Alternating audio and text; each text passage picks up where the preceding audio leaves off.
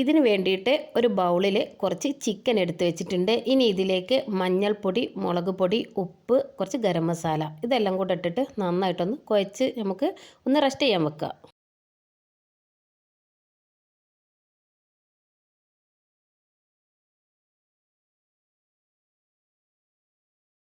ഇനി ഒരു മിക്സിൻ്റെ ജാറിലേക്ക് മൈദ, മുട്ട, കുറച്ച് വെള്ളം, ഉപ്പ് ഇതെല്ലാം കൂടെ ചേർത്തൊന്ന് അരച്ചെടുക്കുക. ശേഷം നമ്മൾ ഈ ചിക്കൻ ഇങ്ങനെ പൊരിച്ചെടുത്തിട്ടുണ്ട്. ഇനി ഒരു ചട്ടി അടുപ്പത്ത് വെച്ച് കുറച്ച് വെളിച്ചെണ്ണ ഒഴിച്ച് അത് നന്നായി ചൂടായതിന് ശേഷം കുറച്ച് പെരിഞ്ചീരകം ഇട്ടിട്ട് നന്നായിട്ടൊന്ന് മൂപ്പിച്ചെടുക്കുക. ശേഷം വെളുത്തുള്ളി, ഇഞ്ചി, പച്ചമുളക് ഇതെല്ലാം കൂടെ ഇട്ടിട്ട് നന്നായിട്ടൊന്ന് മൂപ്പിച്ചെടുത്തു. ഇനി വലിയുള്ളി, ചപ്പ് പുതിന, കറിവേപ്പില ഇതെല്ലാം കൂടെ ഇട്ടിട്ട് നന്നായിട്ടൊന്ന് വഴറ്റിയെടുക്കുക.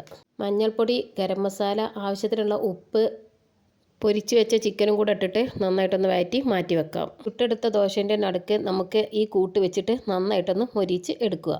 വീഡിയോ ഇഷ്ടപ്പെട്ടാൽ സപ്പോർട്ട് ചെയ്യണേ.